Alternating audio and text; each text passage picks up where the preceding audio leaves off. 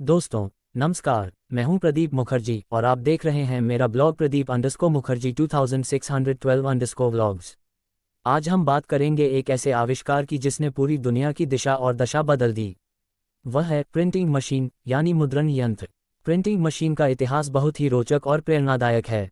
जब इंसान ने ज्ञान को लिखना शुरू किया तब सबसे बड़ा सवाल यही था कि इसे लोगों तक कैसे पहुंचाया जाए। पहले के ज़माने में किताबें हाथ से लिखी जाती थीं। सोचिए, एक पूरी किताब बनाने में कितने दिन, कितने महीने और कभी कभी तो कितने साल लग जाते थे।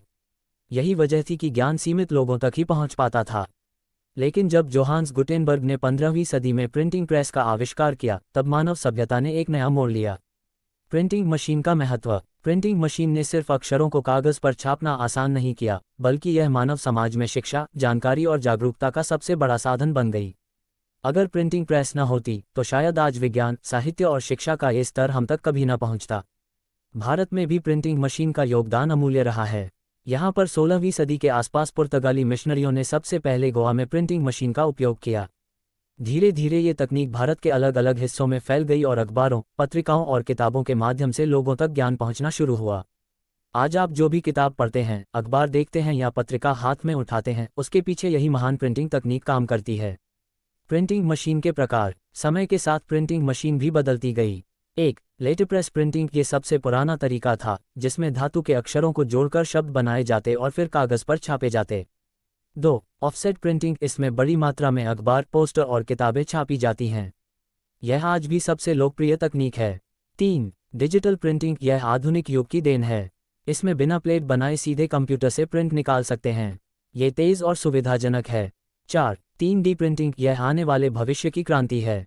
इसमें कागज पर नहीं, बल्कि धातु, प्लास्टिक या अन्य पदार्थों से असली आकार की वस्तुएं बनाई जाती हैं। समाज पर प्रभाव। प्रिंटिंग मशीन ने समाज पर गहरा असर डाला।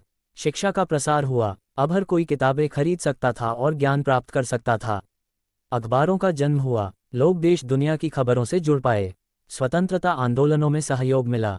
भारत की आज़ादी की लड़ाई में भी प्रिंटिंग प्रेस ने महत्वपूर्ण भूमिका निभाई। क्रांतिकारी लेख, कविताएं और संदेश लोगों तक पहुंचाए गए। धार्मिक और सांस्कृतिक किताबें बड़े पैमाने पर उपलब्ध हुईं। गीता, रामायण, बाइबल, कुरान जैसी किताबें आम जनमानस तक पहुंचीं। आधुनिक युग में प्रिंटिंग मशीन। आज के समय में जब सब कुछ डिजिटल हो गया है, तब भी प्रिंटिंग मशीन की अहमियत कम नहीं हुई। अखबार अब भी छपते हैं, किताबें अब भी बिकती हैं और ऑफिस, स्कूल, कॉलेजों में प्रिंटआउट्स की ज़रूरत हमेशा रहती है। डिजिटल युग में प्रिंटिंग मशीन ने खुद को बदला है।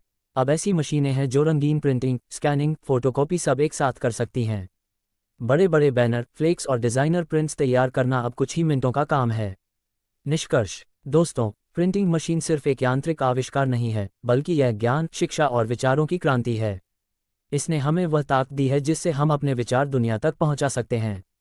आज अगर हम सोशल मीडिया पर लिखते हैं, ब्लॉग्स और ई-बुक्स पढ़ते हैं, तो उसकी नींव कहीं ना कहीं प्रिंटिंग मशीन ने ही रखी थी।